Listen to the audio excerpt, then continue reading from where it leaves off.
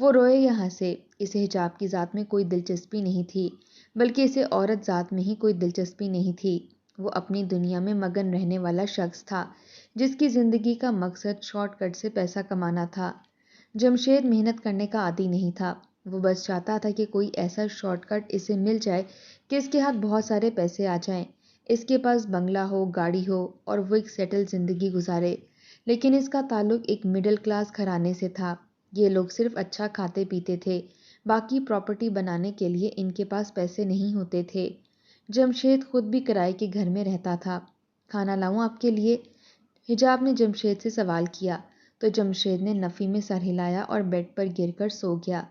حجاب حیرت میں تھی کہ کیسے جمشید کو اتنی جلدی نیند آ جاتی ہے۔ وہ بس بیڈ پر لیٹ جاتا ہے اور یہ خراٹوں کی آواز سنائی دیتی ہے۔ شاید وہ دنیا سے لاپرواہ تھا، اسے نہ والدین کی پرواہ تھی نہ بیوی کی پرواہ تھی۔ اب روز بروز کوئی نہ کوئی بات ایسی ہو جاتی کہ حجاب کو تانے ملنے لگ جاتے۔ جہیز نہ لانے کا تانا تو خاص اس کے ساتھ جڑ گیا تھا۔ نہ اسے ٹھیک سے کھانا بنانا آتا تھا، نہ گھر کے کام کاج آتے تھے۔ حجاب لڑکپن میں تھی جب اس کی ماں فوت ہو گئی تھی۔ اس کے بعد حجاب کے والد نے دوسری شادی نہیں کی کیونکہ انہیں اپنی بیوی سے بہت محبت تھی اور حجاب ان کی محبت کی نشانی تھی۔ اسی وجہ سے حجاب کو زیادہ کام کاج نہیں آتا تھا۔ اس کے گھر میں ایک عورت تھی جو صبح سے لے کر شام تک گھر کے کام کرتی تھی۔ حجاب کے گھر کے حالات جمشید کے گھر کے حالات سے قدرے مختلف تھے۔ حجاب اپنی ساس کے طعنوں سے تنگ آ گئی، وہ اپنے باپ سے یہ سب نہیں کہنا چاہتی تھی، لیکن آج اس نے ارادہ کر لیا تھا کہ وہ اپنے والد سے سوال کرے گی کہ آخر اسے جہیز کیوں نہیں دیا۔ وہ شام کو اپنے والد کی طرف چلی گئی تو اس کے والد اسے دیکھ کر بہت خوش ہو گئے، لیکن انہوں نے دیکھا کہ ان کی بیٹی خوش نہیں ہے تو انہوں نے سوال کیا کہ کیا ہوا بیٹی، کیا تم شادی کے بعد اپنے سسرال میں خوش نہیں ہو؟ حجاب نے کہا کہ ابا میں کیسے خوش ہو سکتی ہوں، آپ نے مجھے خالی ہاتھ سسرال بھیج دیا اور اب مجھے تانے مل رہے ہیں۔ حجاب کی آنکھ بھر آئی تھی۔ یہ بات کرتے ہوئے کوئی بھی لڑکی اپنے سسرال کے حالات اپنے والدین کو بتانا نہیں چاہتی، لیکن حجاب بہت مجبور ہو گئی تھی یہ سب کہنے کے لیے۔ لیکن بیٹا بھائی صاحب اور بھابھی نے خود منع کیا تھا کہ انہیں کچھ بھی نہیں چاہیے۔ صابر حسین نے پریشانی سے کہا، ابا انہوں نے تو کہہ دیا تھا، لیکن آپ کو تو خیال کرنا چاہیے تھا، مجھے بہت برا محسوس ہو رہا ہے۔ لڑکیاں اپنے ساتھ کیا کچھ نہیں لے کے جاتی سسرال میں، اور میں خالی ہاتھ چند جوڑوں سمیت وہاں چلی گئی۔ حجاب نے مزید شکوہ کیا، ارے نہیں بیٹا ایسی کوئی بات نہیں ہے، میں نے تمہیں خالی ہاتھ بالکل بھی نہیں بھیجا ہے، بلکہ میں نے تمہیں اتنا کچھ دیا ہے جس کا تم تصور بھی نہیں کر سکتی۔ ہاں میں ابھی اس بارے میں تمہیں اور تمہارے شوہر کو نہیں بتانا چاہتا تھا، لیکن اب تم شکوہ کر رہی ہو تو میں تمہیں بتا دیتا ہوں۔ ایسا کہہ کر صابر حسین اپنی جگہ سے اٹھے اور الماری کھولی اور دراز سے ایک فائل نکالی اور حجاب کے سامنے رکھ دی۔ حجاب نے جب وہ فائل کھول کر دیکھی تو حیران رہ گئی۔ بیٹا میں نے تمہیں خالی ہاتھ نہیں بھیجا، بلکہ اپنا یہ گھر میں نے تمہارے نام کر دیا ہے۔ میں تمہیں اس کے متعلق بتانا چاہتا تھا لیکن اتنی جلدی نہیں۔ میں نے تمہارا مستقبل محفوظ کیا ہے یہ گھر تمہارے نام کر کے، اور میں چاہتا ہوں کہ تم اور جمشید اسی گھر میں رہو میرے ساتھ، لیکن کیونکہ ابھی تمہاری نئی نئی شادی بھی تھی تو اس لیے میں نے یہ بات نہیں کی، ورنہ بھائی اور بھابھی سمجھیں گے کہ میں ان کے بیٹے سے ان کو جدا کر رہا ہوں، لیکن بیٹا میرا جو کچھ بھی ہے وہ تمہارا ہی ہے۔ حجاب ان کی بات سن کر حیران ہو گئی، واقعی جو اس کے والد نے اسے دیا تھا وہ بہت زیادہ تھا۔ آج تک خاندان میں کسی بھی لڑکی کو جہیز میں گھر نہیں ملا تھا، لیکن ابا آپ تو ہمیشہ سے کہتے آئے ہیں کہ یہ گھر کرائے کا ہے، ہمارا اپنا نہیں ہے۔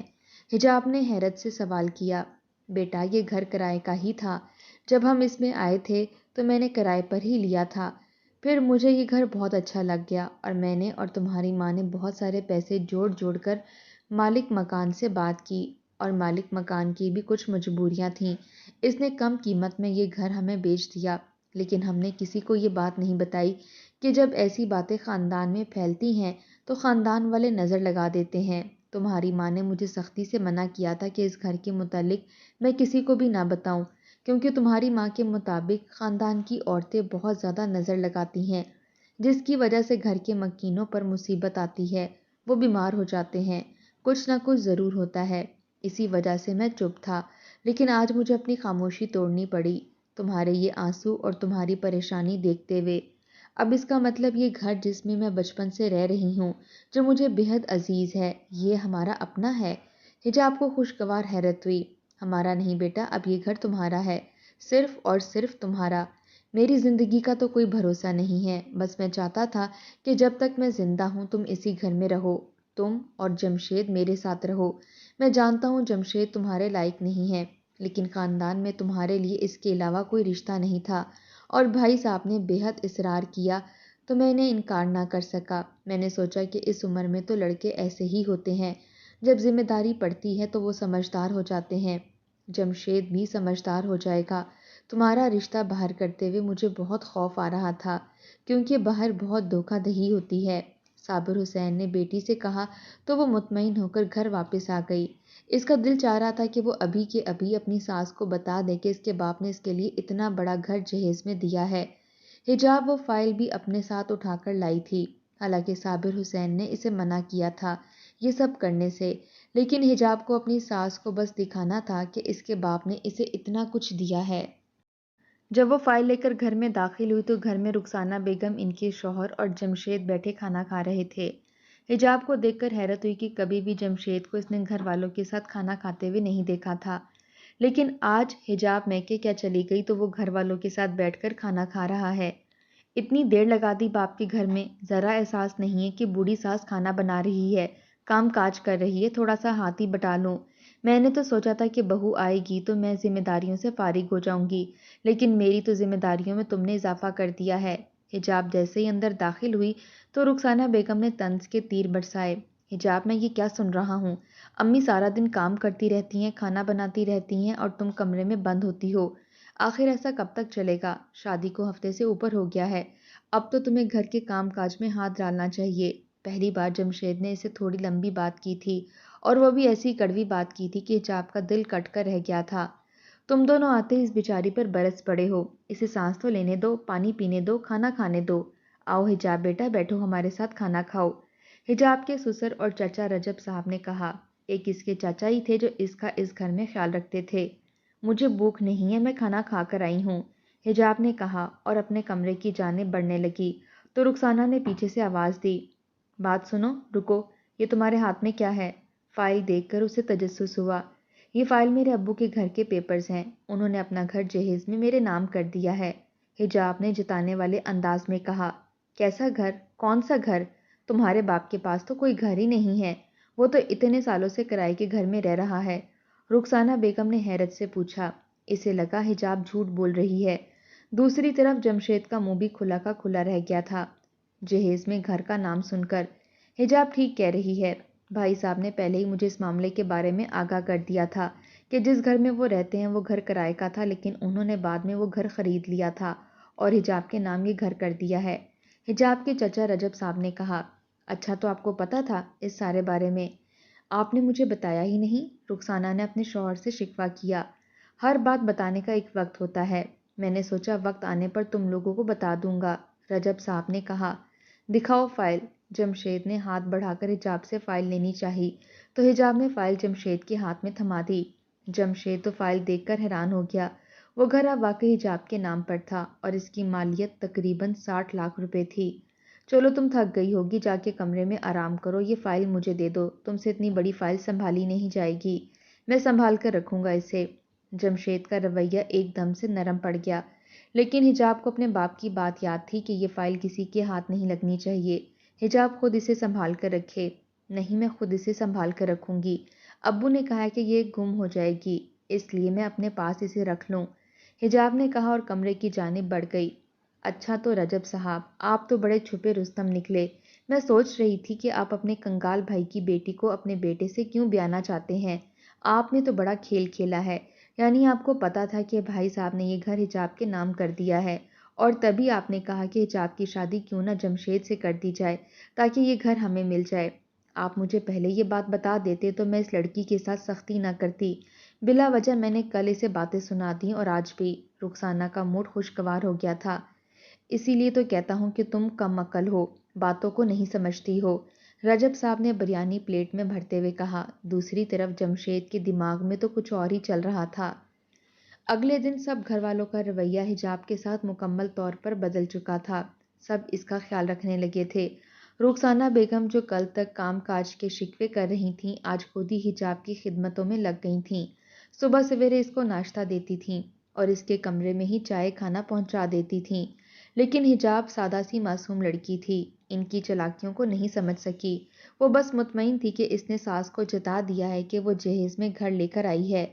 جمشید کا رویہ تو یکسر بدل گیا تھا۔ وہ آئے دن اس کے لیے چیزیں لے کر آتا، کبھی پکوڑے، سموسے، جلیبی، تو کبھی آئس کریم لے کر آتا، تو کبھی اسے کھانے پر باہر لے کے جاتا۔ جمشید دوستوں سے ادھار لے لے کے حجاب کی خدمتوں میں لگا ہوا تھا۔ معصوم سی حجاب کو یہ معاملہ سمجھ میں نہیں آ رہا تھا۔ ایک دن وہ مٹھائی لے کر آیا اور دروازہ بند کر کے حجاب کے سامنے آیا اور کہنے لگا کہ حجاب، آج میں تمہارے لیے ایک بہت بڑی خوشخبری لے کر آیا ہوں، لیکن تم وعدہ کرو کہ گھر میں کسی اور کو نہیں بتاؤ گی۔ خوشخبری کا سن کر تو حجاب کے چہرے پر مسکراہٹ آ گئی تھی۔ اتنے عرصے بعد اسے شوہر کا پیار نصیب ہو رہا تھا اور اب خوشخبری بھی وہ سنانے والا تھا۔ نہ جانے کیا خوشخبری تھی۔ حجاب نے کہا کہ ٹھیک ہے، میں کسی کو نہیں بتاؤں گی، آپ بتائیں کہ کیا خبر ہے۔ جمشید نے کہا کہ مجھے دبئی میں ایک نوکری کی پیشکش ہوئی ہے اور بہت اچھی نوکری ہے۔ میں نے سوچا ہے کہ میں اور تم دونوں دبئی جا کر سیٹل ہو جائیں گے اور آہستہ آہستہ ہمارے حالات بہت اچھے ہو جائیں گے۔ دبئی کا سن کر تو حجاب واقعی خوش ہو گئی تھی۔ اسے ملک سے باہر جانے کا بے حد شوق تھا اور شوہر کے ساتھ جانے کا تو سوچ کر ہی اسے مسرت ہو رہی تھی۔ یہ تو اچھی بات ہے، لیکن یہ بات چھپانے والی تو نہیں ہے۔ یہ بات تو سب کو بتانے والی ہے کہ آپ کو کامیابی مل رہی ہے۔ حجاب نے خوشی سے کہا، نہیں، تم میری بات نہیں سمجھ رہی ہو۔ یہاں پر کوئی کسی کی خوشی میں خوش نہیں ہوتا۔